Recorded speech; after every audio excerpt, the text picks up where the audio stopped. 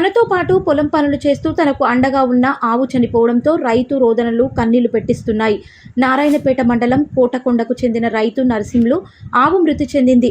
దీంతో గొయ్యి తవ్వి ఆవుకు సాంప్రదాయబద్ధంగా పూజలు చేసి అంత్యక్రియలు చేశారు. తన నుంచి దూరం అవుతుండడంతో గుండెలు అవిసేలా రోదించాడు. నన్ను విడిచి వెళ్ళిపోతున్నావా అంటూ రోదించాడు.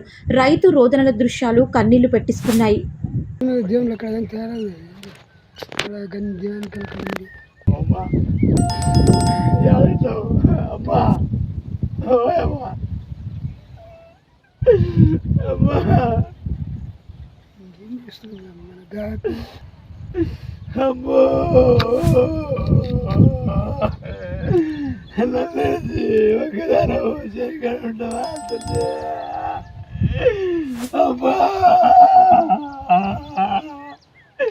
నిన్ను కదా నీడబెట్టి నీ దగ్గర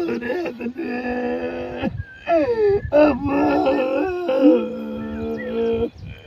నన్నలాగా చేసిపోతుంది.